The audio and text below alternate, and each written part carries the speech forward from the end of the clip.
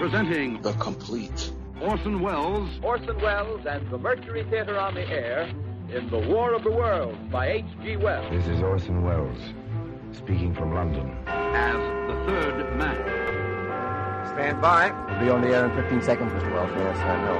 Stand by, everybody. Mercury Theater on the Air presents Orson Welles as Count Dracula in his own version of Bram Stoker's great novel, Dracula. What evil lurks in the hearts of men? The shadow knows.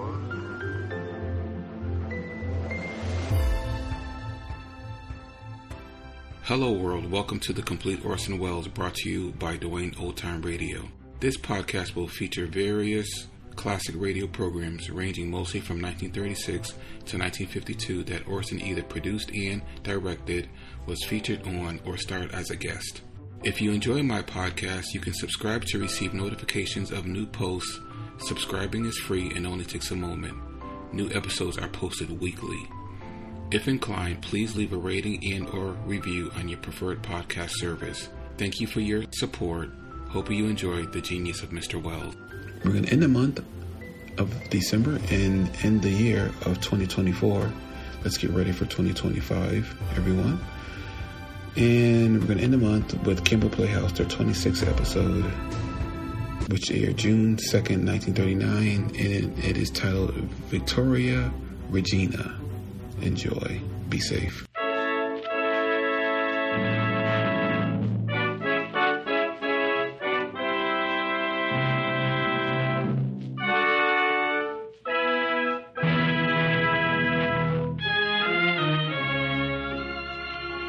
The makers of Campbell Soups present the Campbell Playhouse. Orson Welles, producer.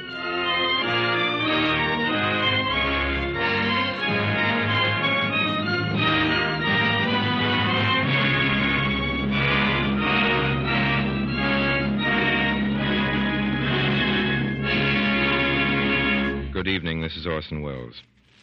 Tonight I present you Miss Helen Hayes in Victoria Regina. And of course, this is my proudest moment since I've been producing these broadcasts.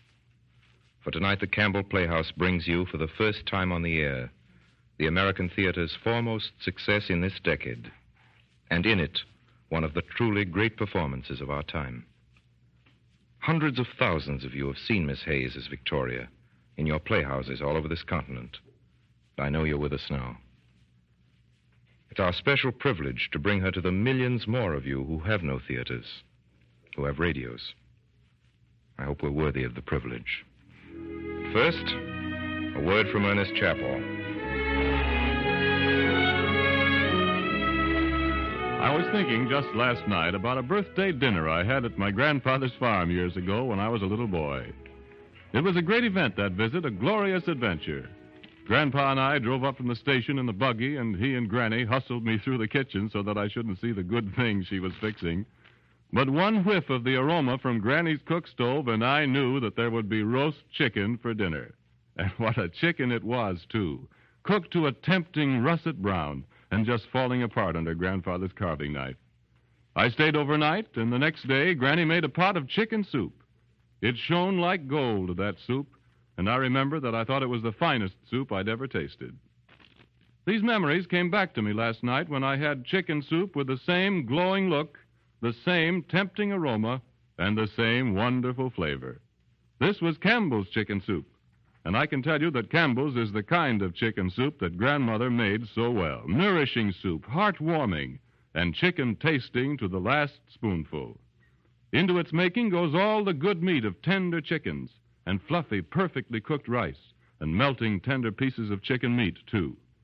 And so I say, as sure as you like chicken, you'll like Campbell's chicken soup. Won't you make a point of having it this weekend? And now for our Campbell Playhouse production of Victoria Regina, starring Helen Hayes with Orson Welles. For this broadcast tonight, Orson Welles has prepared a script which contains not only the great scenes from the successful stage production, but some of the episodes from the original play which have never yet been seen in the theater.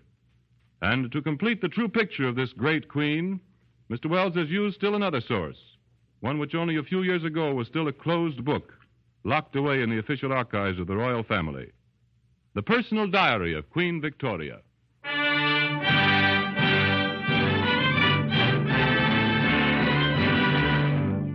It's sometimes hard for us to understand now what Victoria meant to Victorians.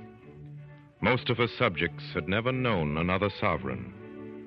And when this star of England fell out of the skies, the whole firmament was suddenly a little hard to believe. Everything changed, of course. But England and its empire, and indeed the whole world, waited a decent time after her death. For Her Imperial Majesty Victoria, by the grace of God, Queen of the United Kingdom, of Great Britain and Ireland, Defender of the Faith, Empress of India, was moreover, by the grace of God, the absolute monarch of a whole way of life, the defender of a viewpoint, of a dignity that left the world with her. England grew a lot under her reign, as much as she could make it, and changed as little as she could help.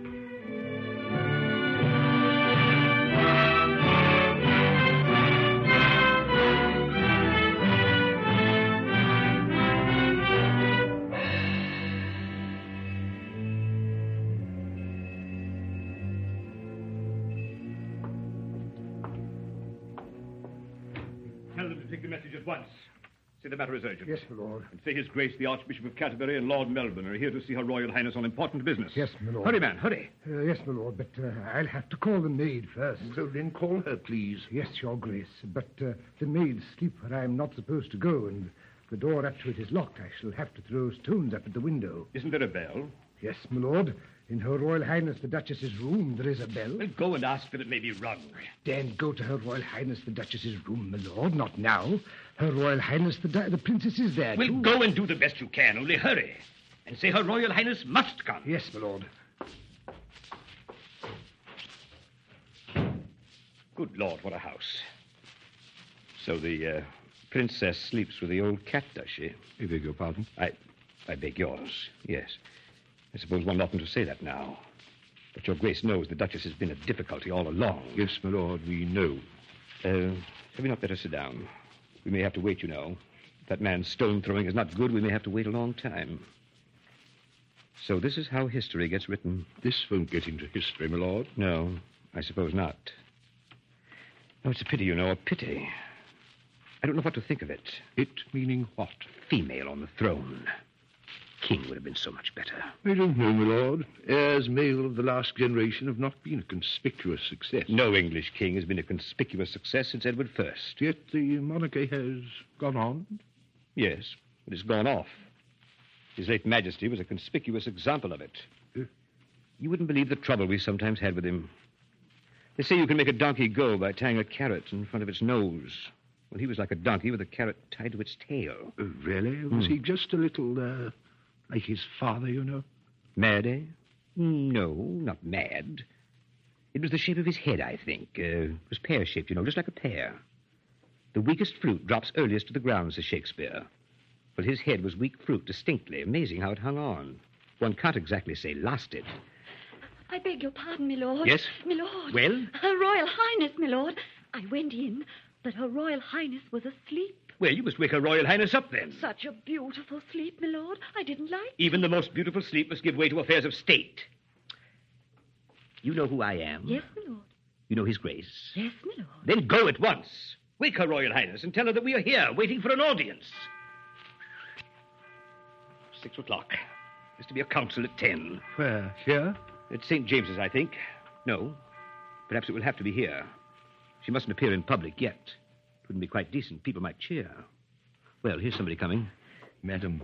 Your Grace, my lord, you have news for us? For Her Royal Highness, the Princess, we have news, Oh, madam. the king then? Is dead. Then my daughter's... Queen. It has come then at last. And I am the Queen Mother. No, madam.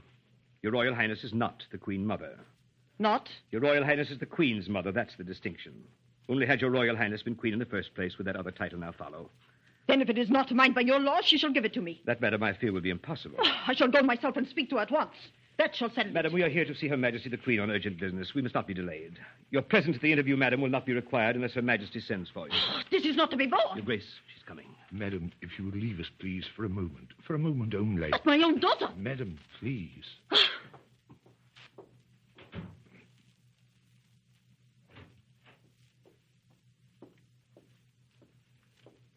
Your Majesty. It is our painful duty to announce to Your Majesty the death of His Majesty King William, following upon which sad event, by right of succession, Your Majesty is now sovereign queen of the United Kingdom of Great Britain and Ireland, defender of the faith. We beseech Almighty God, by whom kings and queens do reign, to bless the royal Princess Victoria with long and happy years to reign over us. Your Majesty. Your Majesty.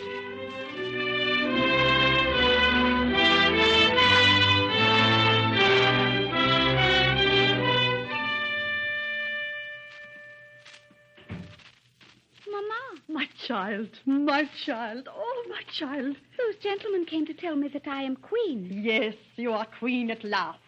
But really queen now? Before I've been crowned? Yes, now at once. The king is dead. You are queen. Then my reign has already begun? I can do as I like? Yes, as you like. Do not mind what anyone says. If you want to do it, do it. Oh, then, Mamma, there is something I would like. Yes, say it. It shall be done. How strange that it should all have happened so suddenly. Yes, so suddenly, after we've waited so long. But now, my love, do not stay here to catch cold. Come back to your own mother's bed. No, Mamma, dear. As I may now do as I like, I wish in future to have a bed and a room of my own. Of your own? Yes, please, Mamma. So? You have been waiting for that? I should be very glad if you don't mind, now that I am my own mistress. Yes, I would rather be alone. My, glad? Alone? Good night, Mamma. Oh, heavens. What is going to become of me?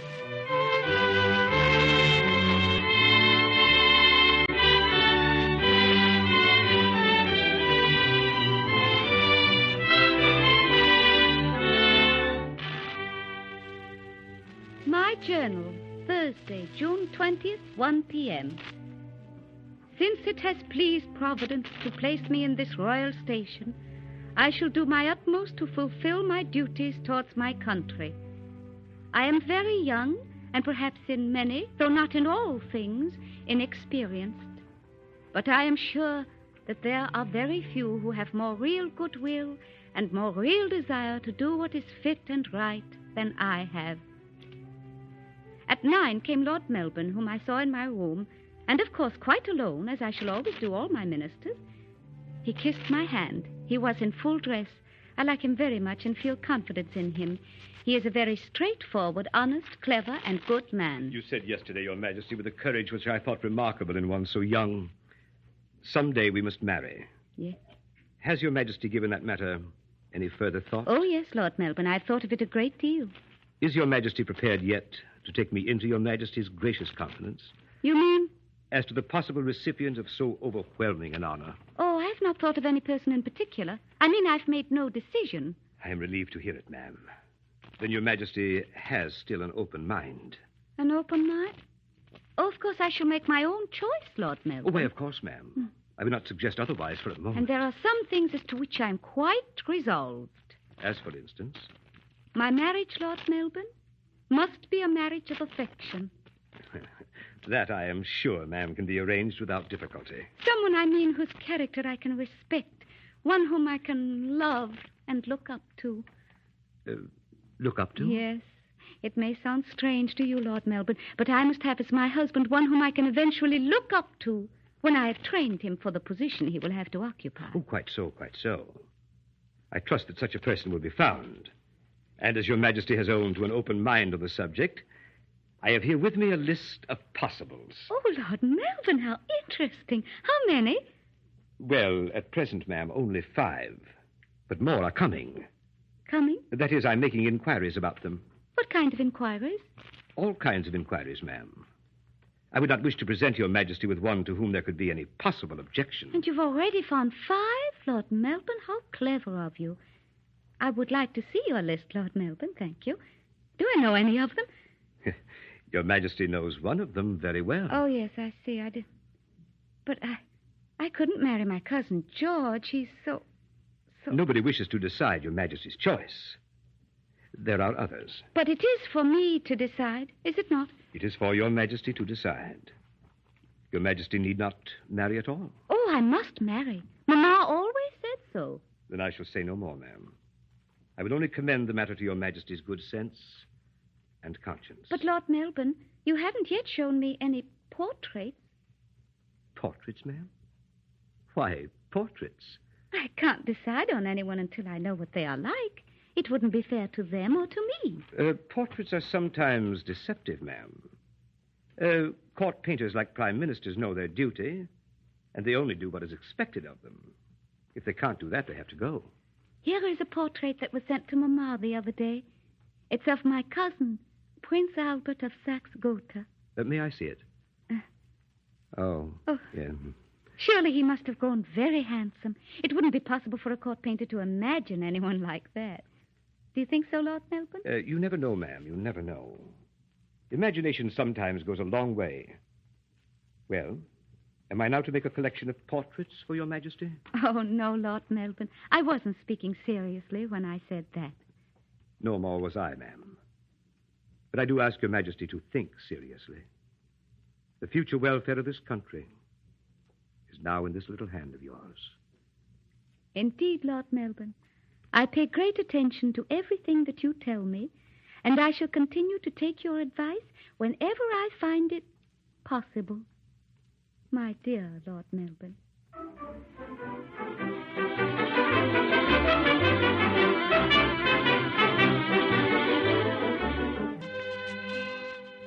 Thursday, October 10th, 1839. Today at 7:30, I went to the top of the staircase and received my two dear cousins, Ernst and Albert of Saxe-Gotha, whom I found grown and changed and embellished. It was with some emotion that I beheld Albert, who is beautiful. Friday, October 11th.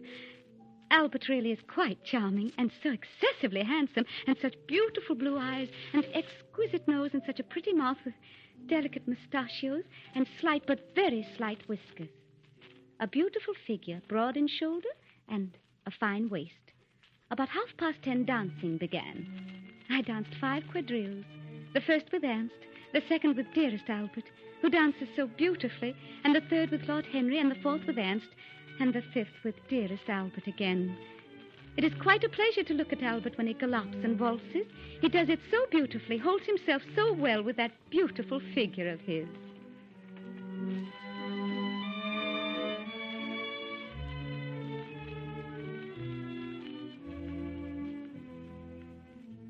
Well, Albert. You know, my Buddha? We must speak English. Why? For practice. One of us, you or I, will have to always. I suppose. Which of us do you suppose it is going to be? Well, that is not for me to say. The decision will not be ours. But we shall have to say something. One of us, presently. Yes, presently, and only one answer will be possible. You mean that it must be yes? Since it cannot possibly be no. You don't seem very happy about it, no? Well, Ernst, the English do not like foreigners. Indeed? Oh, they like ruling them. They do that as a favor. Here you or I will only be a puppet, kept to breed by. If it is you, are you going to resign yourself to that willingly? If it is to be me, you say. It is time that I speak, Albert. It must be me. Did not Papa tell you? Oh, tell me now what? Well, perhaps he found it more difficult to tell you, I don't know, but this is quite sure. He wishes it shall be me. You? You're sorry? What? Why did you make me come? Oh, well, she has to choose. Yes, she has to choose, but she has to choose me. Why? It is Papa's wish. He says that there are family reasons. If she asks me, I shall accept. And I must see that my father's wishes are obeyed. If you do not conform to his wishes, I shall have you sent home. Sent home? Yes, at once. You shall be ordered to return.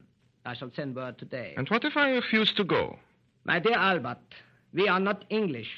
We are German. If the Duke, our father, our sovereign prince, sends for you to return, you will return. You know that perfectly well. Well, about that we shall see. Yes, Albert. What are you two looking so serious about? Oh, the rain. Oh, it will clear presently, and then we will go for a ride in the park. Oh, that will be very nice, to be sure. I hope you are going to enjoy your stay, cousin. Very much. I shall find it quite delightful. And you too, Albert. You're very kind, dear cousin. How could I help enjoying myself while I'm with you? Albert, that's the first pretty speech you have ever made me. Oh, I'm sorry, cousin. Oh, I like it. I mean that it should be only the first. Well, so long as it isn't the last, I don't mind. The rain is clearing. It's stopped. Shall we go out now? Cousin Ernst, I've made all necessary arrangements. We will go out when we do go out and not before.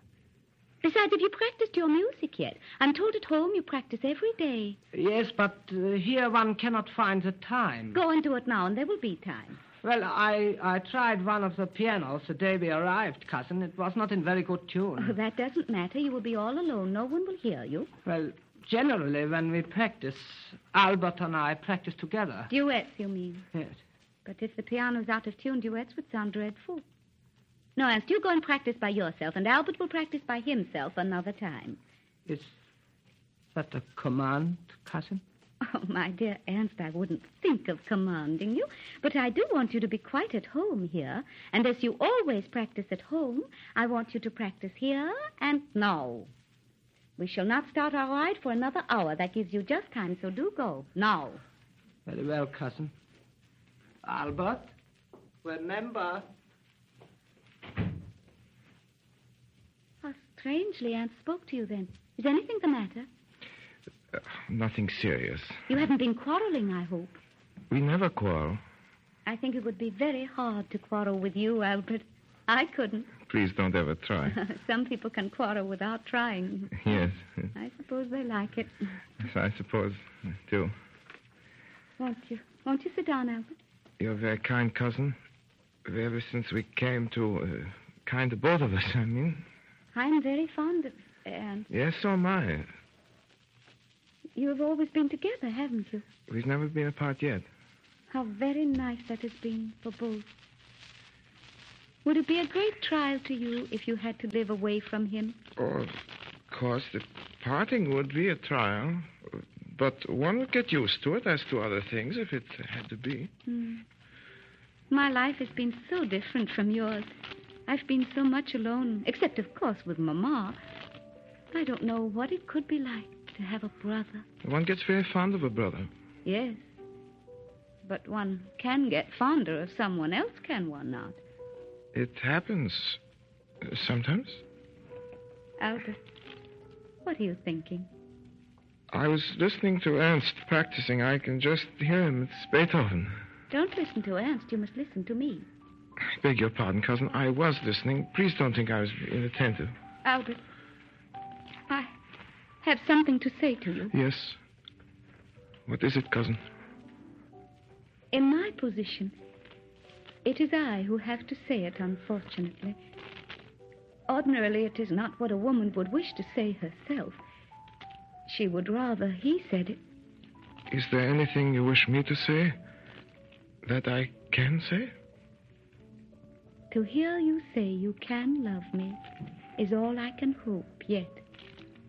If you could say you already do love me, that would be almost like heaven. I do love you, cousin. Enough to marry me? More than enough to marry you. For people in our position often marry without any love at all. I couldn't do that, Albert. No, could I, Victoria? Then you will marry me? Oh, my dear cousin. My sweet wife that is to be. Aren't you going to kiss me? If I may. Again, please. Again. I pray God you do not ever have to repent of this. Repent? Oh, Albert, how could I repent? It's not in my nature. Besides, there isn't going to be time, you know. We must be married quite soon. Everybody expects it. Expects it? They don't know. No, expects me to marry, I mean. I had to choose somebody, but I wasn't going to choose anybody. Not even Ernst? Oh, I liked Ernst from the first. I do still. Is that why you sent him to practice? He knew. That this was going to happen? No, he did not know that. What then? That you were going to ask me. Then what else could he suppose would happen? He expected me to say no. You couldn't say no to a queen, could you, Albert? No, dear. One couldn't say no to a queen. Did you want to? Oh, no, dearest one. All it means is that Ernst will be disappointed. Oh, I see. Oh, poor Ernst. Yes. Well, we must both try to be very nice and kind to him. And now I think it is quite time that we went for our ride. Isn't Ernst to come too? Oh, yes, of course. So then, won't you send and say he may stop practicing? It hasn't taken an hour, you know. I think he has stopped. Nor has he either, for here he is. Yes, cousin. Are you ready to come riding, Al? Quite, if you are, cousin. Oh, yes. We are quite ready now. Everything has been settled. Tell him, Albert. Ernst, you told me to remember. I forgot.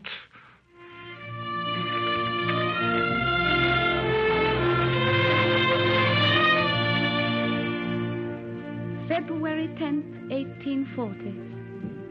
Got up at 8:45, well and having slept well. Mamma came, brought me a nosegay of orange flowers, wrote my journal and to Lord Melbourne, had my hair dressed and the wreath of orange flowers put on. Saw Albert for the last time alone as my bridegroom. At 12:30 I set off, dearest Albert having gone before. I wore a white satin gown with a very deep flounce of Honiton lace, imitation of old. I wore my Turkish diamond necklace and earrings, and Albert's beautiful sapphire brooch. Mamma and the Duchess of Sutherland went in the carriage with me. I never saw such crowds of people as there were in the park, and they cheered us most enthusiastically.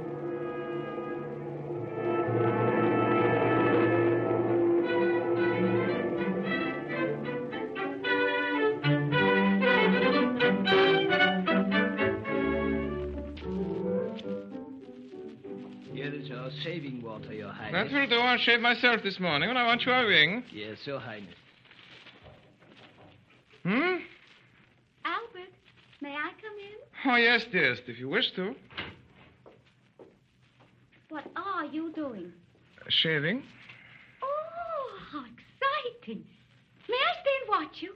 If it would interest you, Weibchen. Oh, of course. Oh, to see you shaving is wonderful.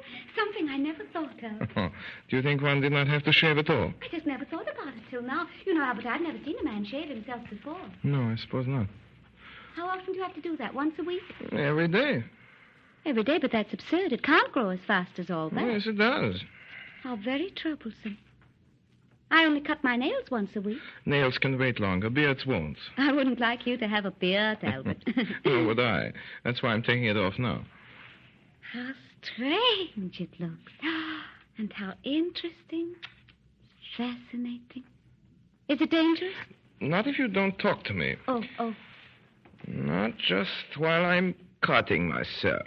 Cutting yourself? That's all. Oh, but you're funny. Isn't that the right word? What ought I have said? Well, really, Albert, do you know, I'm not sure. It's a part of the English language which, from not having to know, I've not been taught. Oh, Vicky, it's nice to hear you say that. And you, too, do not know the English language quite like a native. For that, if it were not for soup, I would kiss you. The soup? Soup, I mean... Not soup, Albert, darling. Soap. Ah, soap, then. Soap. But I don't mind the soap, Albert. Your soap, if you would like to. Very well, then. I will. Now, let me see what you do it with. Oh, how sharp it is. Yes, it does have to be sharp, always. Does it hurt? No. Do you ever cut yourself? No, not when I'm alone. I had a valet once that used to shave me before I knew how myself. One day he cut me out badly, and after that I had to learn. For a long time, shaved only myself. Oh, Albert, suppose you had died before we got married. Could I have ever married anyone else? Oh, of course, dearest. You had to marry someone. You could not disappoint your people by not giving them an heir to the throne. Oh, Albert, shall I really? Will that really happen? We'll hope so, dearest. In time. In time? Oh, I hope it will be very soon. Isn't it wonderful? We really are married now, aren't we? Yes, Weibchen. I think so. Yesterday seems almost like another world, so different. All the crowds and the cheering and the firing and the bells and thousands of people looking at us as if we belonged to them, as of course in a way we do. And now we are all by ourselves, all alone. Yes, all Just alone. we two. Just we two. Shall I be able to make you happy, you think? You are happy. Happy? Oh, so happy. I can't tell you, Albert. And to think that this will go on for years and years.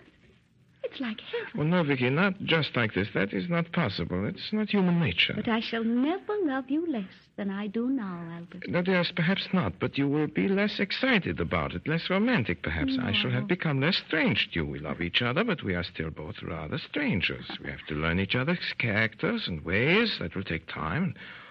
Oh, yes, you've come to see me shave today for the first time. That pleases, that excites you, but it will not always excite you as much as today. You will not come, I think, to see me shave every day for the next 20 years. Why not? Oh, it should become less of a spectacle. It's only reasonable. I don't want to be reasonable with you, Albert. Oh, but you will want. In time, I hope, Vicky. And so shall I. We have a great life of duties to perform in which I am to share. Is that not so? We can't share everything, Albert. Some things I shall have to do alone, you know. Affairs of state in which it would not be right for you to concern yourself. So? Oh, yes. We must take great care, dearest. The English are jealous, and to them you are still a foreigner. And to you? To me, you are everything. Life, happiness, peace, comfort. When I am with you, I shall want to forget everything except our love. Hark. Look, that is the band of my Royal Life Guards. I gave orders for it to be here an hour earlier this morning so that we could hear it before we came down. I thought you would like it. Oh, yes, it's very good music. What is it they are playing? You do not know? No. I only said some suitable pieces were to be chosen, it being such a special occasion. What is that? That, my Vicky, is Mendelssohn's Wedding March from his new setting to Shakespeare. Mendelssohn? Oh, I'm glad. He's one of the world's greatest composers, is he not? Yes. No.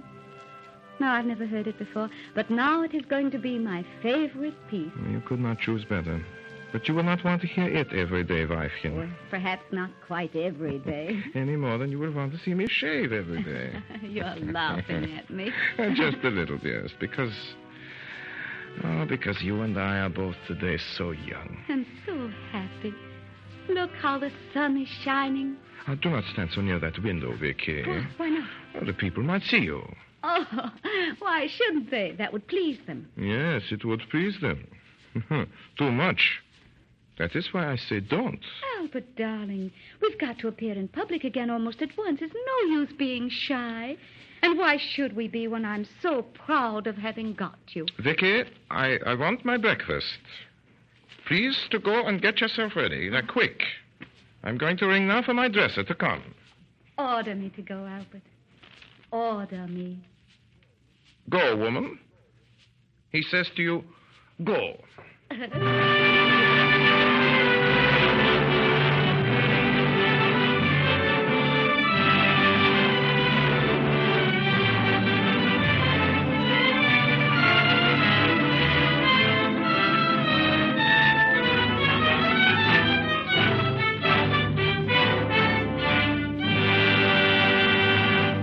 You are listening to the Campbell Playhouse presentation of Victoria Regina, starring Helen Hayes with Orson Welles. This is the Columbia Broadcasting System.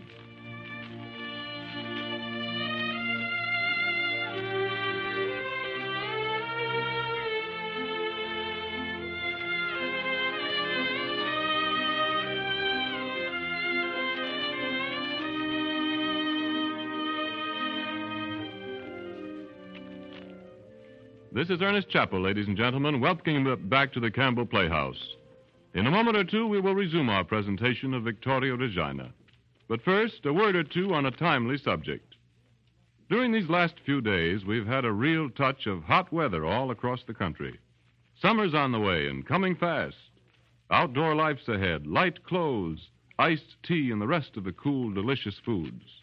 Salads and cold cuts and frosty beverages are welcome right now, and they'll become more and more welcome each day. Now, in regard to warm weather meals, I'd like to quote from a current magazine article. It was written by a woman who is one of the country's leading food authorities, and I think it's very important at this time. Here it is. I quote, "May I say just once more that if it is to be one hot dish in a meal, and there really ought to be one, let it be soup," unquote. And may I say, let it be Campbell's soup. Because Campbell's soups, besides being as delicious as the most experienced soup chefs in the world can make them, They're also as wholesome and nourishing as you would make them at home. And I don't think it's necessary to remind you of the countless kitchen hours they can save you. So I urge you to have Campbell soups these warm days and discover how delicious hot soup can make your cool summertime meals. Now we resume our Campbell Playhouse presentation of Victoria Regina, starring Helen Hayes with Orson Welles.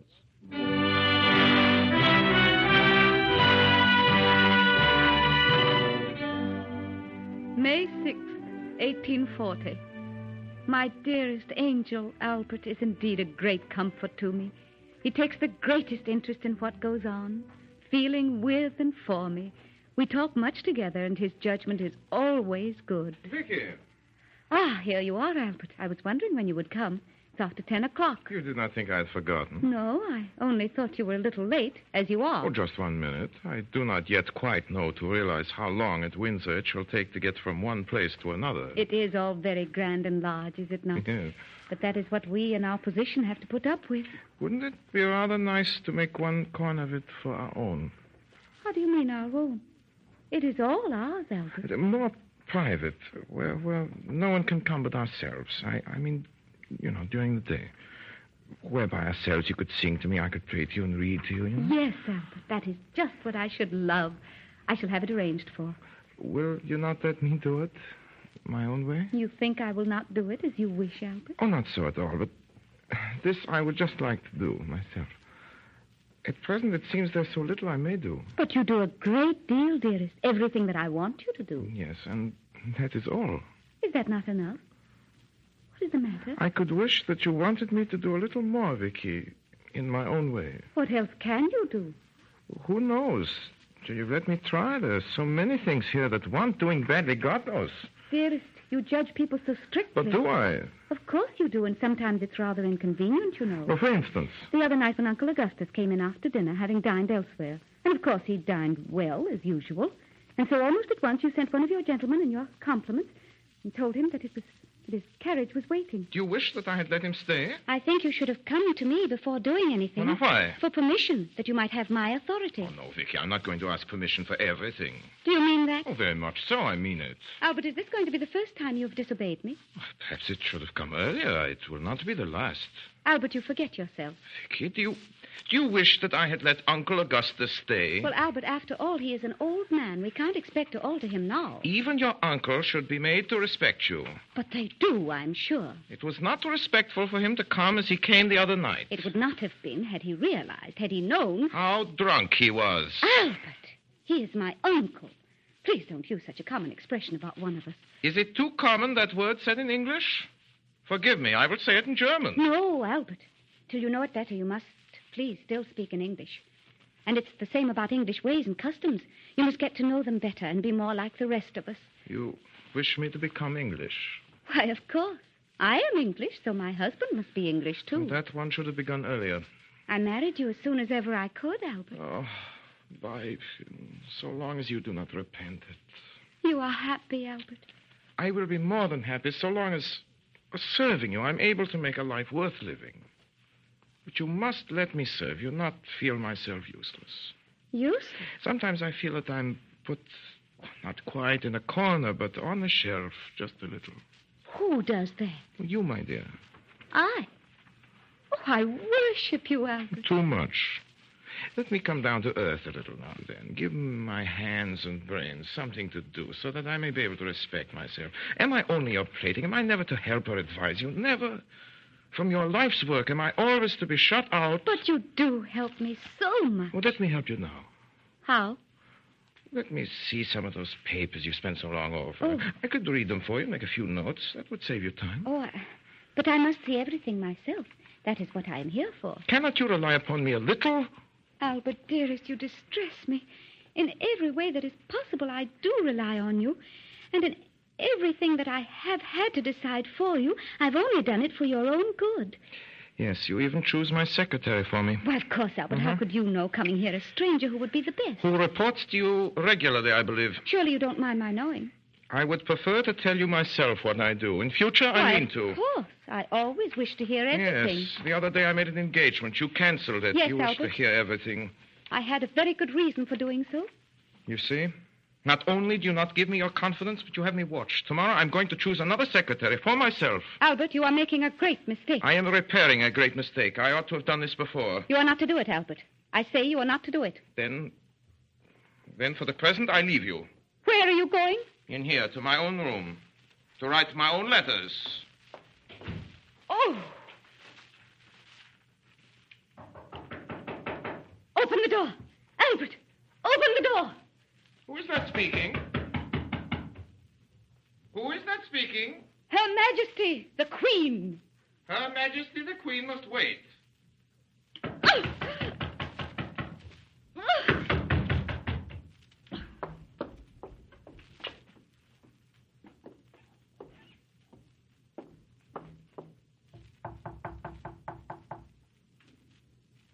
Who is there? Who is there? Your wife, Albert? Your poor, unhappy little wife. Oh, Albert, Albert. Oh, shush, wife. Don't cry. Don't cry. It's all right. It's all right.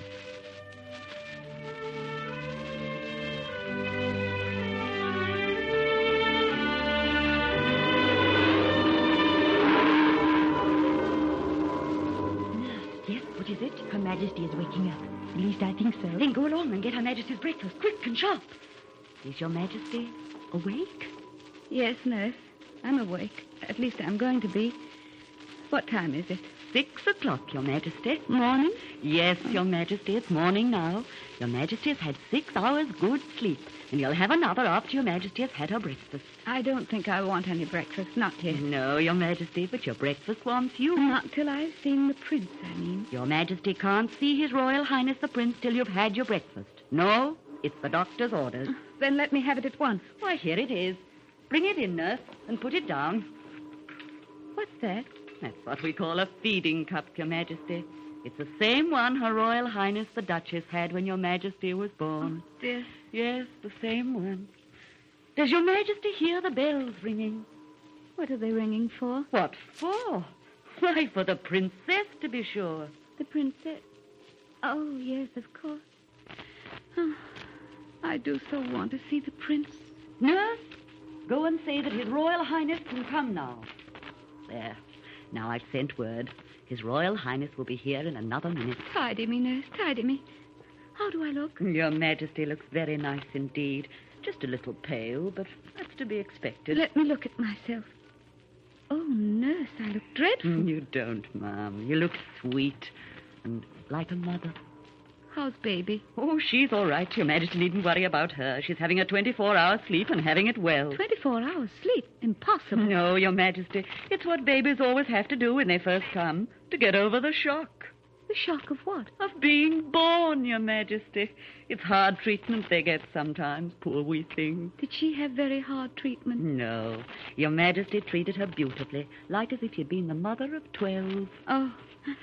Now, you must lie still and not talk till His Royal Highness the Prince comes. When he does come, nurse, you must go. Go, Your Majesty? Yes, I wish to see him alone. But I mustn't go, Your Majesty. It's doctor's orders. This is Queen's orders. You will do as I tell you. I've never done such a thing before, but if Your Majesty really means it... I really mean it, nurse. Well, here His Highness is, then. Mrs. Nurse, how long may I stay? Only 5 minutes, Your Royal Highness, please. Very well. Weibchen, liebes kleines Frauchen, wie gehst du?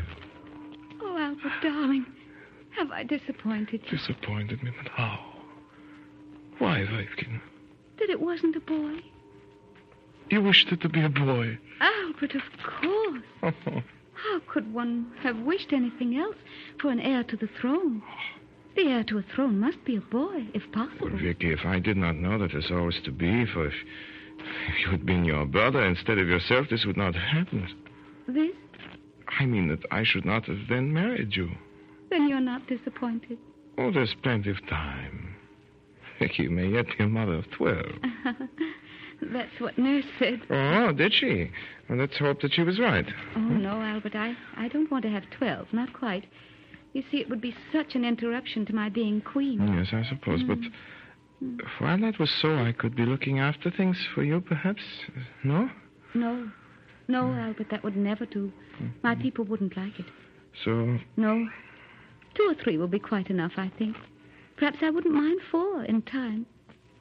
So you really don't mind? Oh, how good you are to me. I was so afraid I hadn't quite done my duty. Well, Vicky, if it's anyone's fault, it is my fault, too. Oh, no. No, Albert, no. The father has nothing to do with whether it's a boy or a girl. Oh, indeed. You seem to be very learned on the subject, Vicky. You surprised me. I thought it was something nobody knew anything about. Oh, yes, I'm quite sure of it. I've thought so much about it, you see, lately. So I know. Vicky, it's time I went. Nurse told me it was only 5 minutes I was to be here. Nurse told you? Yes, and she was quite right. It was doctor's orders, and when doctors order, kings and queens must obey. Oh. So now for a little goodbye. Kiss me again. Again. No, not again. You must not so excite yourself. Goodbye. Albert. Goodbye. Have I been more than 5 minutes, nurse? No? Oh, it's a little hard to obey. And now, if you will let me, I'd like to look at the Royal Highness the Princess. She's in here, Your Royal Highness. Asleep. Be careful, we shall not wake her. You think it'd be quite safe? Quite safe, if Your Royal Highness will allow me to go in first. This way. Oh, Vicky, what a thing to be... Oh, he's wondering. Oh, he's pleased. Well, dearest, if you want 12, you shall have them. Anything to please you. But, oh, I do wish it had been a boy. A boy.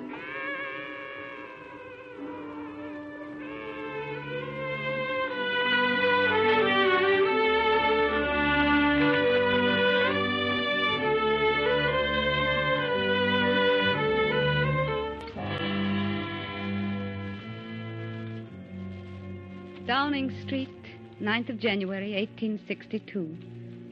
Viscount Palmerston presents his humble duty to Your Majesty and begs to state that the Cabinet, at its meeting this afternoon, considered Mr. Seward's note announcing the refusal of the federal government of the United States to release Your Majesty's subjects, Messrs. Slidell and Mason. After long deliberation, the Cabinet then decided to send an ultimatum to the American government, informing them that unless immediate compliance is made with the wishes of Your Majesty's government... This looks very serious indeed, General Gray. Where's the messenger from the Foreign Office? Well, he's gone, Your Majesty. Gone? Without waiting? He waited for an hour, ma'am, so I'm told. An hour? He should have waited all day if necessary. Messengers from my other ministers know that they have to wait. Why do not Foreign Office messengers wait, too? Cannot one of Your Majesty's messengers go, ma'am? The matter being so urgent? Yes, he must, of course. Tell one of them to be ready to start instantly. Yes, Your Majesty. Albert. Yes, Vicky? Sent for me? Oh, Albert, why did you wait to change? I've been so wanting you. It's after 4. My uniform is wet through, my dear. I was feeling very cold. You're cold still, dearest. Your hand is like ice. Oh, why did you go to Sandhurst in such weather when I begged you not I had to, my dear. What's the matter? It's about that trouble with America. They're having taken the Confederate envoys off one of our ships. And most wrong it was of them, you know. This is the dispatch Lord Russell is sending to our ambassador in Washington about it. He wants it to go tonight. Is the messenger waiting? No. He's gone. Gone? Oh, that is what as long as now to expect, I suppose. Yes, it's that Palmerston again. Troublesome man. Albert, read it quickly. Yes. I want to know what you think about it. This means war. Oh, I was afraid so. How foolish of them not to give in. For they must know they are in the wrong. And everything that Lord Palmerston says there is true, is it not? Quite. This won't do. But, Albert, as we are in the right, what else can we do? Alter a few words. Say it, but say it differently. Often it's just the way a thing is said that decides whether it shall be peace or war. It's the same when two people quarrel. You and I, Weibchen, might often have quarreled. Had we said the same thing that we did say differently. But we could always beat America now, Albert. So. What if we were fighting someone else, Vicky, and America chose her time then? No. That is what these patriots never think about. It is always this time we are right, and we shall do what we like. Oh, what fools their patriotism makes clever men to be. And Palmerston, the cleverest fool of them all. When he dies, they would say of this man, oh, yes, he had his faults, but he always upheld the honor of his country. When they say honor, they mean pride. For honor means that you are too proud to do wrong. But pride means that you will not own that you have done wrong at all. That's the difference. Then what are we going to do, Albert? We're going to alter this dispatch now, Vicky. Sit down at once and write. Say that this dispatch is not to go till he has heard from you, and your messenger must go now at once and must see Lord Palmerston himself. This will take me more time, but you write your letter at once. Yes, I am, Albert. And now will you leave me alone, my dear, while I draft this letter to America for you? Yes, Albert, dear.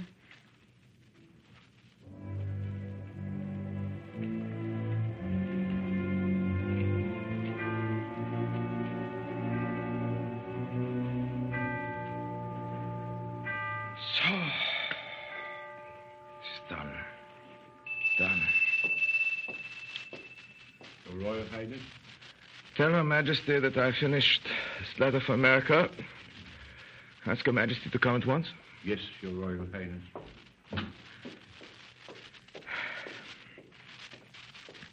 Albert.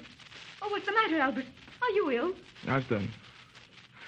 Read it, Vicky. If you approve, send it. Yes. Of course. Oh, I do. I do approve. Every word. Then let it go. No. Yes. And, Vicky, there's one thing. Albert. Oh. What's the matter, dearest? You look so pale. What is it? Take me to bed. Take the bed. Oh, Weibchen. I feel so weak. I feel... How come die Feder haben kann? Albert! Albert!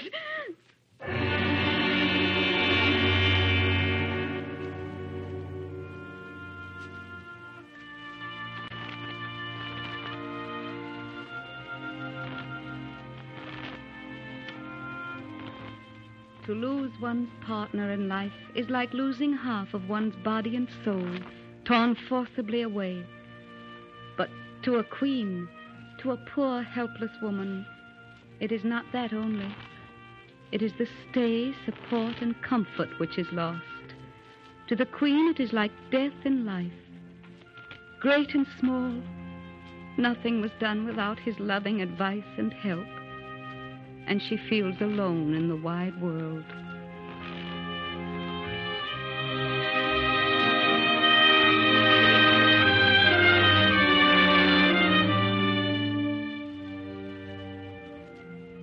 June 20th, 1897, Windsor Castle. This eventful day has opened, and I pray God to help and protect me as he has hitherto done during these 60 long, eventful years. How well I remember this day 60 years ago, when I was called from my bed by dear Mamma to receive the news of my accession. Her Majesty the Queen. Congratulations, Your Majesty. Congratulations, Your Majesty. Thank you, Mamma, dear. How are you? I'm very tired, but very happy. Oh, to think now that it is all over. I'm so glad that I had the strength for it. And the courage, Mamma, dear. You were quite wonderful, Mamma. Thank you, dear. Thank you. Now, Mamma, I think you had better take a glass of wine. It will do you good. Oh, certainly. And may we also drink to your good health, Mamma. Oh, yes, certainly. Please, all of you. But last, Your Majesty. What is it? Champagne, Mamma. No. I will have sherry. Yes, Your Majesty. How long did the procession take? Nearly 3 hours, Mamma. Oh, dear me. And it seems like yesterday and tomorrow almost. 3 hours. Your Imperial and Royal Highnesses, I have great pleasure in asking you to drink to the health of Her Majesty the Queen. May she continue long in health and prosperity to enjoy the love of her children and her people. Her Majesty the Queen. Thank you. Won't you go and rest now, Mamma? No, I won't. That cheering that I heard means that my dear people are expecting to see me again. I must try not to disappoint them. It would be nice if you could, Mamma. You think you can? Oh, yes. But I shall have to go as I am, I can't get up. I can't get up. Oh, have the windows open. Now, will you, Bertie, and some of the others go out and let them know that I'm coming? No, not too many, just a few. Yes, Noah. Very well now. Lift me up, please. There. That is enough. Lower me now. Close the windows. It is very gratifying, very, to find after all these years that they do appreciate all that I have tried to do for them, for their good, and for this dear country of ours. We've been so near together today, they and I. All my dear people of England and Scotland and Wales and Ireland and the dear colonies and India. From all over the world I have had messages, you know. Such loyalty and such devotion. It's most extraordinary. Bertie, will you tell Mr. Chamberlain how very much I approve all the arrangements he has made for the proper representation of all parts of my empire in the procession. Everything was in perfect order. It was very gratifying, very. I'm so happy. Oh, Bertie, as we were coming back, you were in front, and I don't think you saw this. It was just at Hyde Park Corner. There was a great crowd there, you know, and a lot of rough-looking men. Of course, it ought never to have happened, but it didn't matter, really. Broke right through the lines of the police and the troops guarding the route, and they ran along beside the carriage, shouting and cheering me, and I heard them say, "Go it, old girl, you've done it well." Of course, they're very unsuitable, the words, but very gratifying. And oh, I hope it's true. I hope it's true. Hark. They are still cheering. Oh, Albert. Albert, if only you could have been here.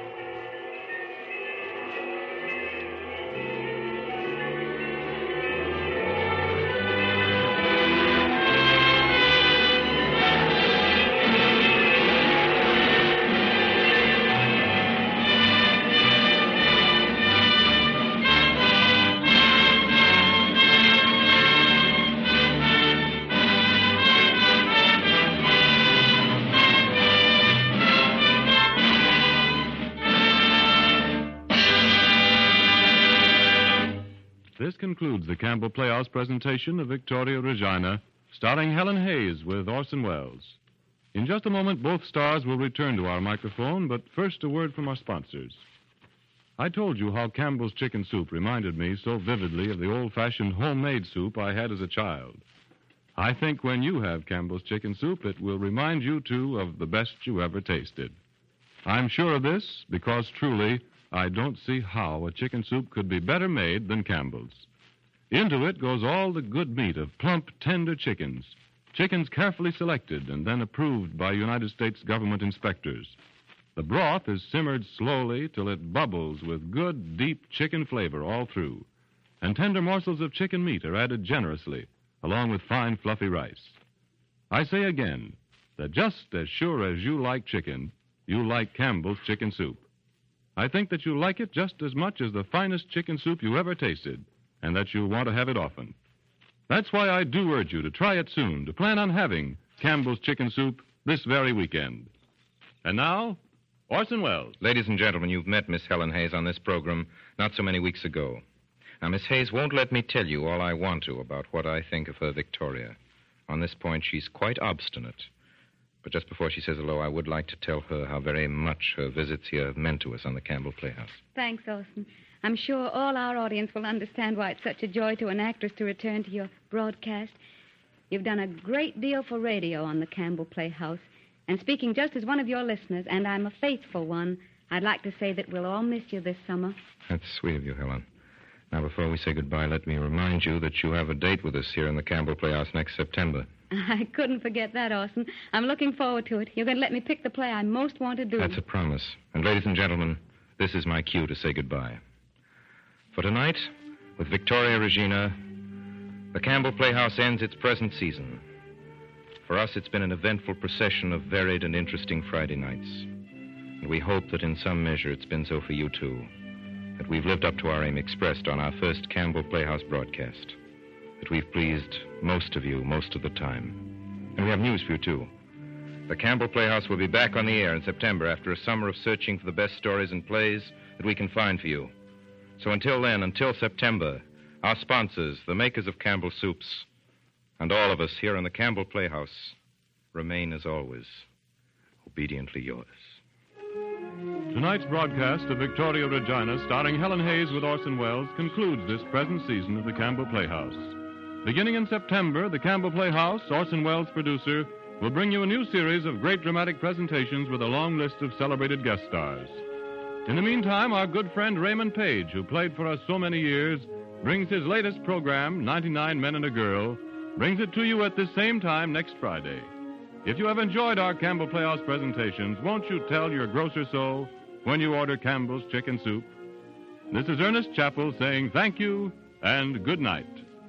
This is the Columbia Broadcasting System.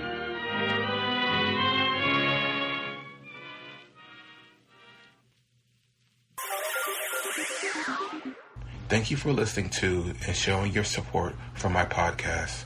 If you would like to receive notifications of when new episodes are posted, please subscribe to my channel.